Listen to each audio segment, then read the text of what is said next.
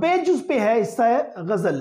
हिस्सा गज़ल dear students, ये वाला जो पोर्शन है, ये वाला जो जुज़ है, ये भी 10 नंबर पर मुश्तमिल होता है और इसमें 1 नंबर होता है शायर के नाम का, बाकी 3-3 नंबर के 3 अशार आते हैं।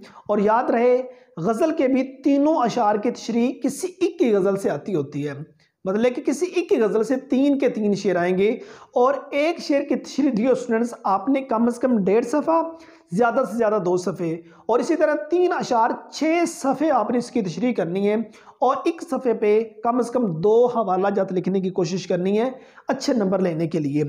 शुरू में जस्ट शायर का नाम लिख दीजिएगा, उसका 1 नंबर है। उसके बाद आपने तीनों शेरों की जो तशरीह वो अलग अलग करनी है। शेर ऊपर लिखें, नीचे तशरीह की हेडिंग दें और तशरीह आप स्टार्ट कर दें। अब तशरीह के हवाले से जो अहम गज़लें हैं उनमें देखें डियर स्टूडेंट्स, मीर तकीमीर की गज़ल है कि गुल को होता सबा करार ऐकाश, रहती एक आध दिन बहार ऐकाश। और उसके बाद है आतिश की, हज़रत आतिश की गज़ल है, ये आरज़ू थी तुझे गुल के रूबरू करते, हम और बुलबुले बेताब गुफ्तगू करते। और उसके बाद मिर्ज़ा खानदा की गज़ल है, फिरे राह से वो यहाँ आते आते, अजल मर रही तो कहाँ आते आते। और उसके बाद मोमन का मोमन की गज़ल है, असर उसको ज़रा नहीं होता, रंज राहत फ़िज़ा नहीं होता, ज़िक्र अग़यार से हुआ मालूम कि हर्फ़ नाह से बुरा नहीं होता। और उसके बाद हसरत मोहानी की गज़ल है, रस्म जफ़ा कामयाब देखिए कब तक रहे।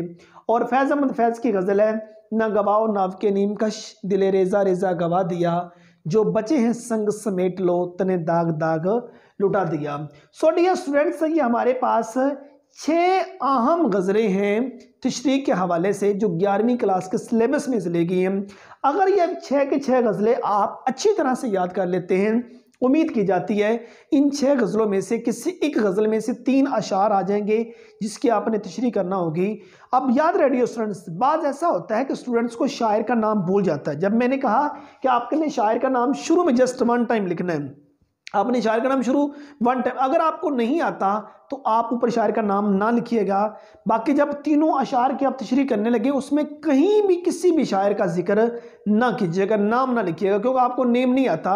अगर आपने गलत नाम लिख दिया, चेकर जोन से वो आपका पूरा का पूरा मतलब ये सवाल है वो क्रॉस कर सकता है, आप उसका कुछ नहीं बिगाड़ सकोगे। लिहाजा एहतियात कीजिएगा, जो शायर हैं उनके नाम अच्छी तरह से याद कर लीजिएगा।